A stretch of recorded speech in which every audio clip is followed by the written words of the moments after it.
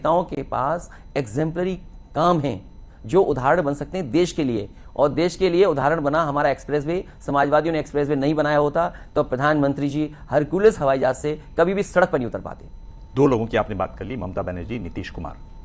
कहां आंकते हैं आप शरद पवार को, जिनके करीब करीब हर पार्टी में मित्र हैं?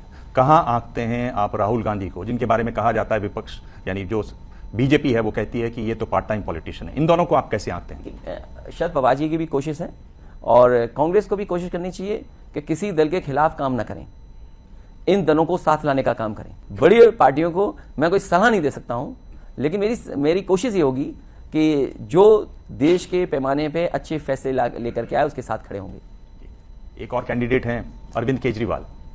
तो कम से कम विपक्ष के पास इतने चेहरे तो हैं, बीजेपी पे एक चेहरे के अलावा दूसरा चेहरा नहीं है, और बीजेपी पे जो चेहरे भी हैं वो सामने नहीं आ सकते। अब यूपी की सरकार चल रही है, मुख्यमंत्री तो यूपी के हैं, मंत्री दिल्ली से बने हैं, और जो मंत्री हटाए गए उनका दुख कोई पूछने वाला नहीं है। तो ऐसे थोड़ी सरकार चलती है। इसमें जो एक बयान है वो आपके सांसद हैं डॉक्टर एसटी हसन का भी है। सारा विपक्ष एकजुट होकर चुनाव लड़ेगा, हमें ऐसी उम्मीद है। और ये तो एमपी डिसाइड करेंगे कि कौन पीएम होगा। अगर हमारे एमपीज की तादाद ज़्यादा होगी तो अखिलेश यादव जी में कोई कमी नहीं है पीएम बनने से। वो भी एक पीएम के परफेक्ट कैंडिडेट हैं, हो सकते हैं। अगर हम हमारे 70 से 75 या 80 के एमपी जीतते हैं तो हम क्यों नहीं प्रोजेक्ट करेंगे? अखिलेश यादव जी अगर इतनी बड़ी तादाद में उनके एमपी आते हैं तो उनका हक बनता है। 70, 75, 80 सीटें जीतें तो शरद पवार का जो फार्मूला है कि जिसके पास ज्यादा सांसद उसका पीएम, उसमें तो आपका नाम आ जाता है। नहीं, डॉक्टर एसटी हसन ने ठीक कहा, क्योंकि उन्होंने नहीं, मैं उस बात को कहता हूं क्यों ठीक कहा उन्होंने। डॉक्टर एसटी हसन ने इसलिए भी ठीक कहा होगा क्योंकि उन्हें यूपी की पॉलिटिक्स उन्होंने देखी है। एक समय ऐसा था जिस समय पूरा का पूरा सफाया हो गया था। कभी कांग्रेस ने सफाया किया विपक्षी दलों का, कभी विपक्षी दलों के पक्ष में इतना नंबर्स आए कि कांग्रेस का सफाया हो गया। तो वो सोचते हैं कि उत्तर प्रदेश से क्यों नहीं ऐसा सफाया हो सकता है, और बीजेपी तो पहले से ही कह रही है 80 की 80 सीटें निकालेंगे। तो हो सकता है बीजेपी जीरो हो जाए यूपी में। कई विपक्ष के कई नेताओं का नाम आया, तो आपकी तरफ से या आपकी नजर में 2024 के लिए पीएम का कैंडिडेट कौन है विपक्ष के लिए? मैंने आपसे कहा और फिर कहना चाहता हूं कि देश के लिए एजेंडा हो, और जितने भी ये मुख्यमंत्री या जितने भी लीडर्स जो सामने आ रहे हैं उनके पास कुछ न कुछ बताने और दिखाने के लिए भी है, और उन्होंने अपनी स्टेट में परफॉर्म किया है। मान लीजिए किसानों को पानी चाहिए और मुफ्त पानी चाहिए। अभी तेलंगाना के मुख्यमंत्री जी ने ऐलान कर दिया कि देश में 2024 में अगर मौका मिलेगा तो बिजली किसानों की मुफ्त होगी। जिस तरीके से उन्होंने खेतों तक पानी पहुंचाने का जो एग्जेम्पलरी काम किया, शायद वो देश के लिए उदाहरण है। पाइप वाटर सप्लाई तो आज यूपी में प्रचार हो रहा है, सबसे पहला यूपी का, हालांकि और जगह भी हुए हैं, लेकिन एक पायलट प्रोजेक्ट मैंने राठ में शुरू किया था। मैं सरकार से जानना चाहता हूं कि राठ में पाइप वाटर सप्लाई क्यों रोक दिया? उधर ममता जी के पास एग्जेम्पलरी काम है। पीएम कैंडिडेट का आप किसको सपोर्ट करेंगे, किसका नाम आप? मैं ये कह रहा हूं कि किसी को धागा बनना पड़ेगा जिसमें सब मोती पुरोए जाएं। तो वो धागा कौन है आपकी नजर में? कोई धागा है? मोती हमारे पास बहुत अभी आप केसीआर की पुरोने वाला भी चाहिए। तो ये मुझे समझता हूं जैसे 2024 का चुनाव आएगा वो बात साफ हो जाएगी, लेकिन देश बीजेपी से परेशान है। अभी तक बहुत कड़वाहट थी नीतीश कुमार जी और लालू यादव जी के बीच में, लेकिन कुछ दिन पहले ही आपने देखा कि वहां दोनों लोग मिल गए और बीजेपी को सत्ता से बाहर किया। उत्तर प्रदेश में बीएसपी के साथ आपने चुनाव लड़ा है, हालांकि ये संभावना दूर की हो सकती है, लेकिन 2024 के पहले क्या हम कुछ भी इस बारे में जान सकते हैं आपसे कि समाजवादी पार्टी और बीएसपी के बीच में कुछ भी संभावनाएं हो सकती? अगर मैं कुछ ऐसी सख्त बात कह दूंगा तो हो सकता है ट्वीट आ जाए। जी जी, लेकिन फिर भी मैं कहता हूं कि जिनका संबंध भारतीय जनता पार्टी से है, बहुजन समाज पार्टी वो काम करती है जो भारतीय जनता पार्टी कहती है। अगर पिछले चुनाव में 2017 में और पिछले चुनाव में बहुजन समाज पार्टी ने बीजेपी की मदद न की होती तो आज भारतीय जनता पार्टी उत्तर प्रदेश में नहीं होती। मैं बधाई देता हूं नीतीश कुमार जी को, तेजस्वी जी को, आदरणीय लालू जी को कि उन्होंने कम से कम भारतीय जनता पार्टी को वहां से हटाया। बिल्कुल। अखिलेश जी, ये तो आप बड़ा आरोप लगा रहे हैं।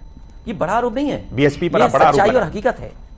अगर आप जमीन पर देखेंगे, उनके फैसले देखेंगे, आप राष्ट्रपति का चुनाव होगा, क्योंकि आजमगढ़ का चुनाव है तो आप नहीं बोलेंगे, 2 दिन बाद आप समर्थन कर देंगे बीजेपी का। समाजवादी पार्टी कैसे हारे, वो कैंडिडेट कौन सा दिया जाए, उनका टारगेट बीजेपी नहीं था, उनका टारगेट था समाजवादी पार्टी। उनके स्टेटमेंट देखिए, बीजेपी से नहीं लड़ रहे हैं। और ऐसा बीजेपी के सारे पे काम होता है, वो तो एक अपनी बनाई हुई जेल में बंद है, और उनका जेलर मुझे लगता है दिल्ली में बैठे हैं। तो आपको क्या लगता है कि अगर ऐसे ही बात होगी विपक्षी एकता की, तो या आप बीएसपी को विपक्ष में मानते ही नहीं है? नहीं, मैं केवल जनता से ये कहना चाहता हूं, जो अंबेडकरवादी हैं, जो बाबा साहब भीमराव अंबेडकर जी का सिद्धांत था, जो लड़ाई उन्होंने लड़ी, या मान्यवर काशीराम जिस रास्ते पर चले, क्या बहुजन समाज पार्टी उस रास्ते पर है? मुझे बहुजन समाज पार्टी के बहुत लीडर्स मिले हैं, उनके कैडर के लोग मिले हैं, और समय समय में मैंने उनको सुना है, वो यही कहते हैं कि बहुजन समाज पार्टी का आज रास्ता वो नहीं है जो मान्यवर काशीराम जी का रास्ता था। एक बड़ा आरोप जो प्रधानमंत्री जिसके बारे में बात करते हैं वो है परिवारवाद का। क्या आपको कहीं ना कहीं इस बात का एहसास था, क्योंकि हम देख रहे हैं कि आपने डिंपल को इस बार आजमगढ़ से नहीं उतारा, राज्यसभा भी नहीं भेजा, तो एक तरीके से समाजवादी पार्टी में कोर्स करेक्शन चल रहा है थोड़ा। भारतीय जनता पार्टी और प्रधानमंत्री जी को मैं धन्यवाद देता हूं। उन्होंने केवल राजनीति के क्षेत्र में परिवारवाद की बात नहीं की, उन्होंने कहा इंडस्ट्री में बहुत परिवारवाद है, जजेस में बहुत परिवारवाद है। मुझे खुशी होगी कि वो जिस तरीके से बाजार के जो लोग हैं, बड़े बड़े लोग हैं, इंडस्ट्री में हैं और क्षेत्रों में हैं, उस परिवारवाद को कब खत्म करेंगे। जहां तक समाजवादी पार्टी का परिवारवाद की बात है, भारतीय जनता पार्टी दूसरे के परिवारों की बात इसलिए करती है, वो अपने परिवार को छिपाना चाहती है। मैं जानना चाहता हूं, उत्तर प्रदेश के मुख्यमंत्री जी हैं, क्या बिना परिवारवाद के वो विधायक और सांसद बन जाते? कर्नाटक के मुख्यमंत्री हैं, क्या परिवारवाद नहीं है वहां पर? मैं ऑल लीडर्स का नाम नहीं लेना चाहता हूं। बीजेपी में भरमार है परिवारवाद की, लेकिन जनता को क्योंकि प्रोपेगेंडा करना है, उन्हें एक परसेप्शन क्रिएट करना है कि विपक्षी पार्टियों के पास परिवारवाद है, हमारे परिवारवाद नहीं है। लेकिन इस बार प्रधानमंत्री जी ने विस्तार किया है कि और क्षेत्रों में जो परिवारवाद है उसको भी खत्म करेंगे। मुझे उम्मीद है कि बड़े बड़े जो इंडस्ट्रियल घराने हैं उनका परिवारवाद कब खत्म करेंगे प्रधानमंत्री जी। तो एक तरीके से मुश्किल हो गई क्या? दाल और सब्जी में आपके घर में नमक सही पड़ रहा है आजकल, या जो आपने उनको आजमगढ़ से राज्यसभा से रोक दिया उसमें कुछ मुश्किल? क्योंकि अभी 24 का चुनाव है और 24 में चुनाव में जिसको लड़ना होगा मैं लड़ाऊंगा। इतने कम महीनों के चुनाव में क्यों मैं लड़ाऊं किसी को?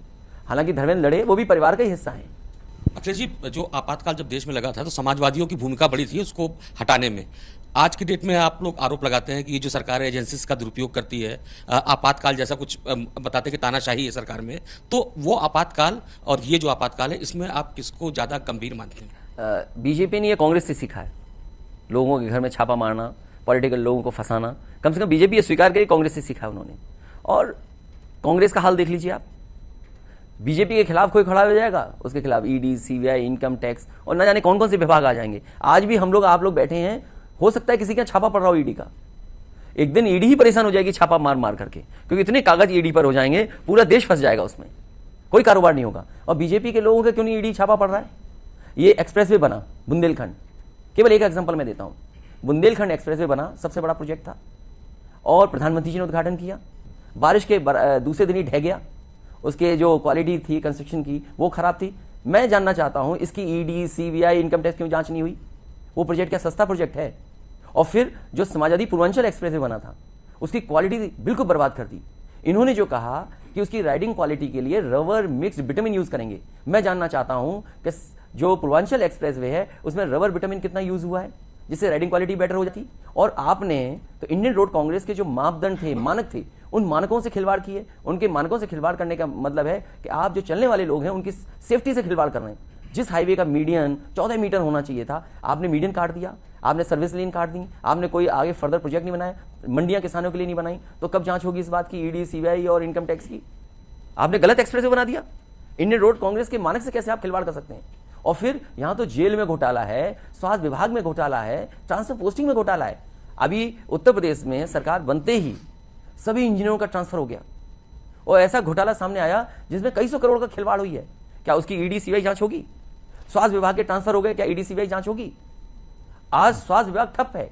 वहां के डिप्टी सीएम को यह काम है कि जाइए छापा मारिए, घूमिए, देखिए अस्पतालों को, और आज तक किसी पे कार्रवाई नहीं हुई।